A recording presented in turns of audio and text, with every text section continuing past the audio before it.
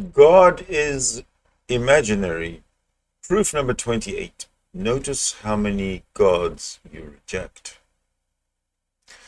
There are literally thousands of religions being practiced today. Here are 20 of the most popular, along with an estimate of the number of followers. Christianity, 2.1 billion. Islam, 1.3 billion. Hinduism, 900 million. Chinese traditional religion, 394 million. Buddhism, 376 million. African traditional and diasporic, 100 million. Sikhism, 23 million. Juche, 19 million. Spiritism, 15 million. Judaism, 14 million. Baha'i, 7 million. Jainism, 4.2 million. Shinto, 4 million. Chaudhai, 4 million. Zoroastrianism, 2.6 million. Tenrikyo, 2 million. Neo-paganism, 1 million.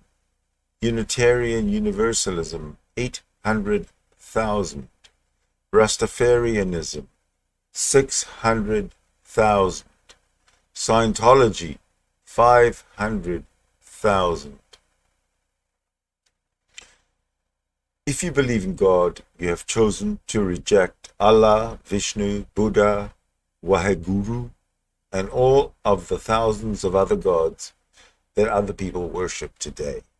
It is quite likely that you rejected these other gods without ever looking into their religions or reading their books. You simply absorbed the dominant faith in your home or in the society you grew up in. In the same way, the followers of all these other religions have chosen to reject God.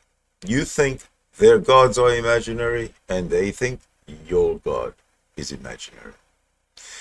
In other words, each religious person on earth today arbitrarily rejects thousands of gods as imaginary, many of which she has never even heard of, and arbitrarily chooses to believe in one of them. The following quote from Stephen F. Roberts sums up the situation very nicely. I contend that we are both atheists. I just believe in one fewer God than you do. When you understand why you dismiss all the other possible gods, you will understand why I dismiss yours. A rational person rejects all human gods equally, because all of them are equally imaginary. How do we know that they are imaginary? Simply imagine that one of them is real. If one of these thousands of gods were actually real, then his followers would be experiencing real, undeniable benefits. These benefits would be obvious to everyone. The followers of a true God would pray, and their prayers would be answered. The followers of a true God would therefore live longer, have fewer diseases, have lots more money, etc. There would be thousands of statistical markers surrounding the followers of a true God. Everyone would notice all of these benefits, and they would gravitate toward this true God. And thus, over the course of several centuries, everyone would be aligned on the one true God. All the other false gods would have fallen by the wayside long ago, and there would be only one religion under the one true God. When we look at the world today, we see nothing like that. There are 2 billion Christians, and there are more than 1 billion Muslims, and their religions are mutually exclusive. There are thousands of other religions. When you analyze any of them, they all show a remarkable similarity. There is zero evidence that any of these gods exist. Yeah, that is how we know that they are all imaginary.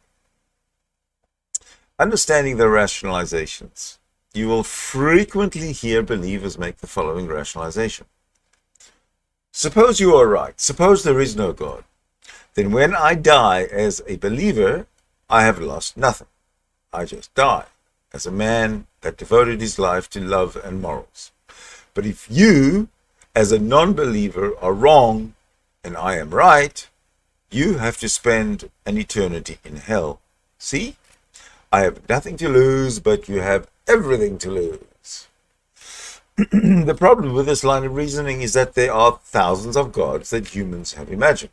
A person who believes in Allah can make this statement, and so can a person who believes in God, and so can a person who believes in Vishnu. The fact is that religion is a form of delusion. By believing in an imaginary God, you have not lost nothing. What you have done is committed yourself to a lifetime of delusion, instead of committing your life to reality. Non-believers live moral and loving lives without having to resort to delusion. The fact that there are so many gods proves that all these gods are imaginary. If there actually were an all-knowing, all-powerful, all-loving God in any form, that would be obvious to everyone, and we would all align on him. His existence would be undeniable and impossible to hide.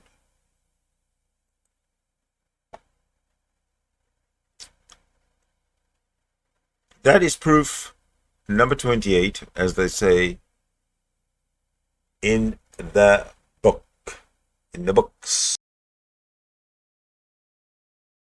Thank you very much for watching, and I will see you in proof number 29.